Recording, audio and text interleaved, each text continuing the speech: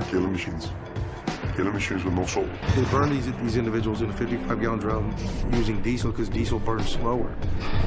They've had people's heads cut off, thrown into a disco. Imagine seeing so many dead bodies thrown out into the street that you get used to them. This is not a horror movie. It's a reality in some parts of Mexico. This is the reality Los Zetas Cartel created.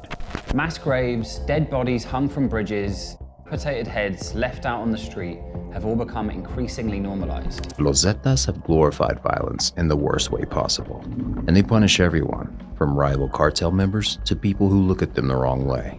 Let's explore the worst Los Zetas punishments ever recorded and see if there's any hope in stopping their brutality once and for all.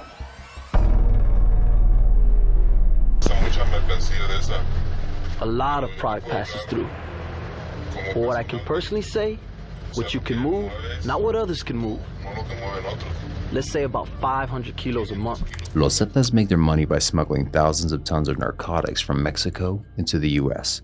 But that's not what they're famous for. The core of their beliefs stands in their very name.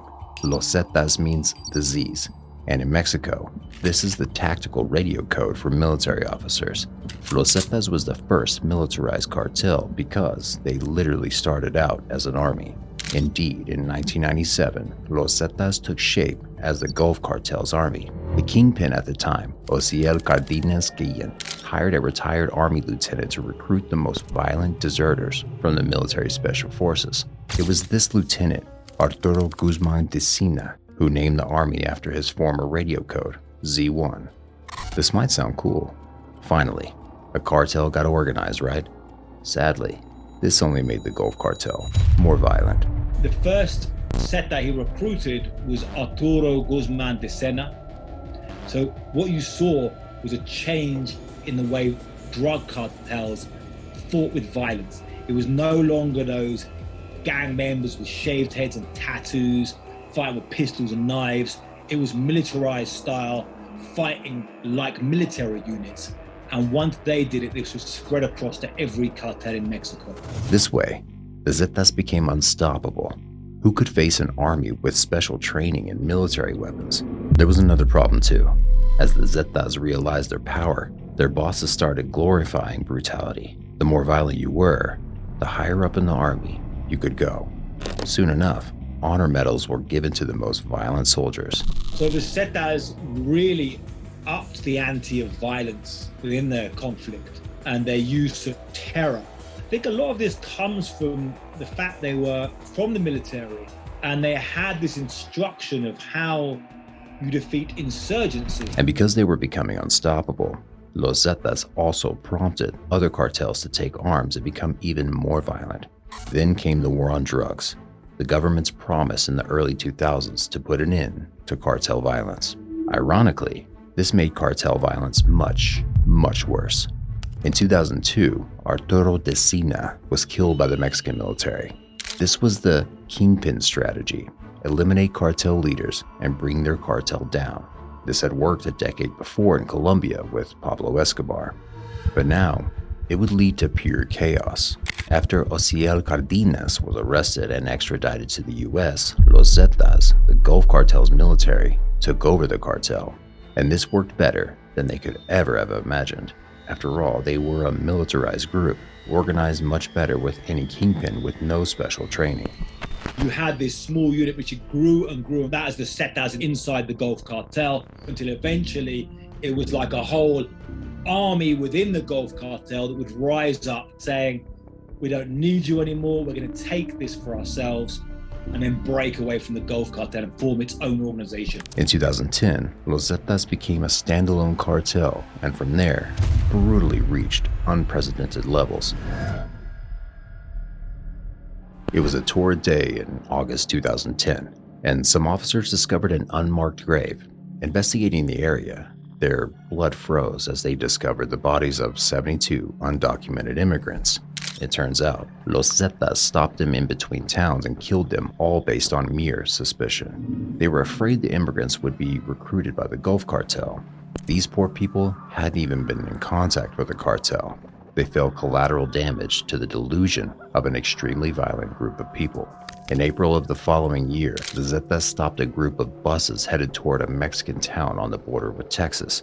193 people were executed and thrown onto a ranch in San Fernando.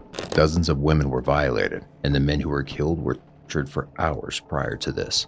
Other men were forced to fight each other to the death, while Los Zetas members stood by, watched, and laughed.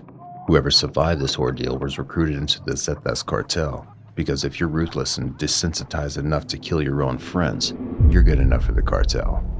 Except these people had no choice. It was kill or be killed. The reason why Los Zetas did all this? They had nothing but a hunch. A suspicion that these buses were headed to the Gulf Cartel headquarters to be recruited into their new army. Los Zetas had started a violent war with the Gulf Cartel the minute they split from them and formed their own cartel. So they were becoming increasingly paranoid that the Gulf Cartel was growing a giant army to eradicate Los Zetas. In August 2011, Los Zetas set fire to a whole casino in Monterrey. 50 people, many of them civilians, died in the worst way imaginable. Here's one of the worst punishments yet. In 2014, Los Zetas found out that 2 men from the city of Allende had reportedly stolen money from the cartel. So a huge army stormed Allende, but they weren't out for these 2 men. They decided to punish the whole town for it. Somewhere between 300 and 500 people died. Imagine having a kill count so big, you can't even estimate a real number. 80 homes were destroyed with heavy military machinery. Allende was reduced to ashes, and whoever managed to flee became a shadow of the person they once were. Y les digo a mis hijos, levántense, les digo, porque quién sabe qué está pasando en la calle. Digo, vístanse y nos salimos. Y todo empezó a tronar, ya no había luz, todo empezó a tronar, tanques, camionetas. Pero sí, ahí perdí a mis niños y a mi hija. And when Los Zetas wanted 30 of their gang members out of prison, they organized a mass-scale prison riot that resulted in the death of 44 inmates. Other inmates escaped, including their own people, and caused more ruckus outside the prison. Los Zetas are agents of chaos. They thrive when violence is at its worst and create situations where people become monsters. We've talked about the scale of mass murders Los Zetas can commit, but let's talk about the pure atrocities they do to punish one single individual. Los Zetas have made violence a goal in itself, rather than a means to an end, like previous cartels. So the more they torture a person before killing them, the better they're rewarded by their terrifying bosses. In 2020, the Irish Times reported they discovered 12 kitchens where Los Zetas used to cook, well, humans. The sight would scar even the most seasoned detectives. Bloody handprints on walls, stained clothes, plastic cable ties, machetes, and, as one person observes, the crunch of bones beneath a thick blanket of ash. These kitchens have become so famous in the regions of Mexico where Los Zetas operate that people now use the term zacahuil to describe cooking humans. If you didn't know, zacahuil is a traditional Mexican corn dish, but I'm sure you won't want to try it now. And here's the worst part. Los Zetas victims aren't burned quickly. They're literally cooked slowly, sometimes in front of their own families. They also prepare guisos. These are stews where you take a member of the family and you put them in a pig boiler and you pour gasoline on them and then you set a match to them. And if they don't cook their victims, they will burn them with diesel fuel so that the process is as slow as possible. They burn these individuals in a 55-gallon drum using diesel because diesel burns slower. There's a big problem here. Los Zetas don't seem to run out of money or be stopped by the government. They use violence to intimidate so well that people are simply afraid to stand in their way. And a corrupt, easy-to-bribe police makes things even easier for them. Money is indispensable for everything, and since we have it, if we have a need for tools or for certain technology, we buy it, and that's all. Because of their military background, Los Zetas don't just aim to control trafficking routes, like the Sinaloa cartel, for example. Their goal is to terrorize whole territories until they give up. They control areas rather than routes. They're trying to take over this territory right here, and they're gonna do whatever it takes. If that means killing people in broad daylight, that's what they're gonna do. If that means that they're gonna shoot at a law enforcement officer, that's what they're gonna do. By the mid-2010s, Los Zetas were employing the same tactics in Texas. America needs to wake up and smell the coffee. The violence is right here. You know, you want to compare them to Al-Qaeda? These individuals are knocking down our door, just terror, pure terror. So here's the dark reality of it. Los Zetas don't punish rivals and people who refuse to pay protection money. They just kill everyone they set their eyes on. Sometimes it's to secure a territory. Other times, it's just for the sake of violence. They need to spread a message.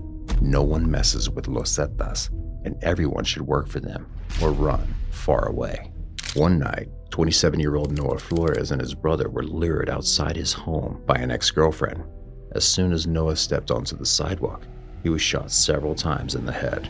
He was left on the street, lying in a pool of blood, his head barely recognizable.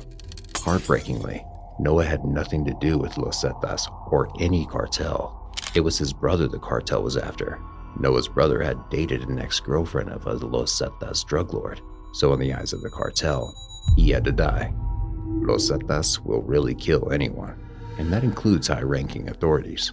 On June 8, 2005, Alejandro Dominguez was sworn in as new police chief of border town Nuevo Laredo. Let the Mexican people know, let the cartels know that he was there to do his job. 6 hours later, he was shot 40 times in his truck. Los Zetas are responsible for another horrifying technique that modern-day cartels have employed, filming their victims getting injured and killed. When you have plastic bags on the backdrop, you know something's gonna happen. You know that they don't want to stain something. Thanks to Los Zetas, cartel violence became known to everyday people around the globe. Not only did they glorify brutality, but they offered a glimpse into their reality, shocking anyone watching. As to the poor people of certain Mexican regions, they have no choice but to come face to face with Los Zetas' brutal killings. Once, 23 people were hung from a bridge above a busy road. Another time, 49 decapitated bodies were left on the side of a similar road. Children can stumble upon these sites as they're walking to school in the morning. And here's an even more tragic twist. This might work in Los Zetas' favor. If a child sees enough violence, they become desensitized by the time they're teenagers, so they make easy recruits for the cartel. It's a never-ending nightmare for the people of Mexico. And as of today, Los Zetas' business is expanding.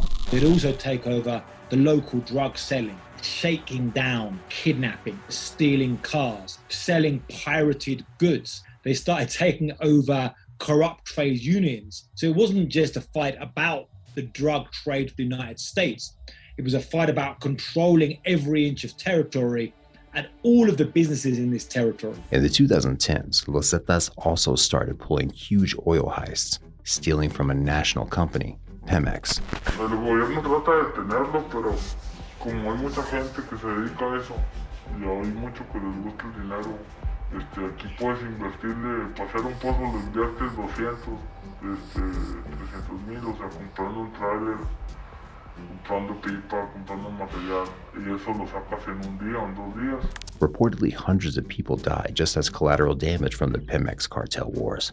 Y lo que sucede es que hay intimidación, hay robos al personal de Pemex, y en casos críticos, a veces cuando se topan dos carteles diferentes, ocurre enfrentamiento entre ellos. But as violence once worked in their favor, Los Zetas' sheer brutality seems to bring their own downfall. In 2012, Los Zetas' leader, Gilberto Lascano, was gunned down by the Mexican military, and his right-hand man, Miguel Ángel Trevino Morales, took charge. Morales was monstrous. He would make his own sicarios sick. He would kidnap his enemies' children and kill them alive. He even did this to babies. Under his command, the Zetas were encouraged to let out their worst behavior. But Morales had no military training, so they weren't organized anymore. They were just a bunch of wild dogs killing for sport. They put them in acid and watch their bodies deteriorate. They have fed them to wild animals. Soon enough, these real-life monsters started fighting each other. After all, this was the only language they knew. So by the 2020s, the much more organized Sinaloa cartel had taken over the majority of the Zetas' territories. Today, the drug trade is in the hands of the Sinaloa and the notorious Jalisco New Generation cartel. Los Zetas make the big chunk of their profits from kidnappings and extortions, but that's hardly enough to keep them at the top of the game.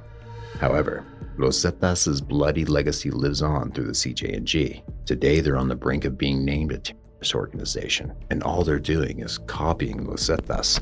The Jalisco New Generation cartel took the fight to the next level, shooting down a military helicopter with a rocket-propelled grenade. Sadly, the war on drugs only propels cartels to up their violent game and fight for profits. More than 250,000 people have been killed since former President Felipe Calderón launched the so-called drug war in 2006. So how do you stop cartels without violence? And will the bloodshed ever end?